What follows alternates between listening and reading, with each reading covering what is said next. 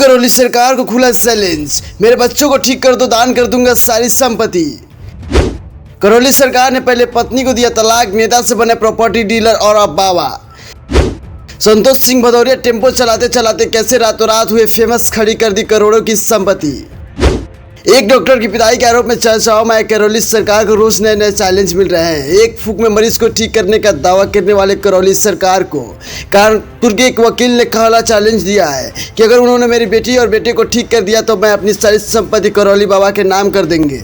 मैं आपको एक खुला चैलेंज देता हूँ कि यदि आप मेरे बच्चों को सही कर दोगे तो इस संसार में मेरे नाम पे जो कुछ भी है, जो मेरी संपत्ति, मैं आपके नाम पे चैलेंज दान कर दूंगा।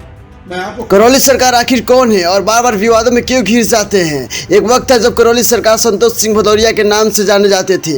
संतोष सिंह भदौरिया गरीब परिवार में पैदा हुए, बचपन बड़ी मुश्किल में बीता और जब बड़े हुए तो सपने भी बड़े हो गए, लेकिन उनकी किस्मत साथ नहीं दे रही थी। इसके बाद संतोष सिंह को लगा कि शादी करके किस्मत बदल सकती है, तो उसने शादी कर ली। फिर किस्मत साथ नहीं दी तो पत्नी को छोड़ दिया।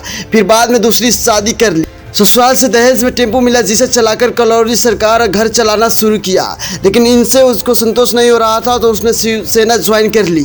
फिर भारतीय किसान यूनियन का सहारा लिया। फिर संतोष सिंह भदौरिया प्रॉपर्टी डीलिंग का काम किया, लेकिन किसी पे भी मन नहीं जमा तो उन्होंने केरल जाकर रुख किया और वहाँ से करौली बाबा बनकर वापस लौटे। बेटे लवकुश के नाम पर संतोष सिंह भदौरिया ने कैलाश आश्रम बनाया और बन गए करौली सरकार। फिर उसके बाद भक्तों का ऐसा तंता लगा कि आश्रम 14 एकड़ में फैल गया। बाबा ने इंटरनेट के सहारे अपना काम बढ़ाया। यूट्यूब पर वो एक मंत्र पढ़ते हैं, ओम शिवाय बैलेंस, और सारे दुख हरने का दावा करते हैं।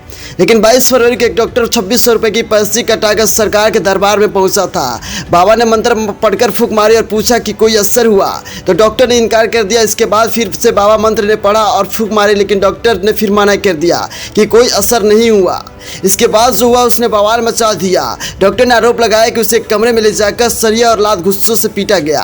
उसने पुलिस में जाकर शिकायत कर दी और करौली सरकार पूरे देश में प्रसिद्ध हो गए।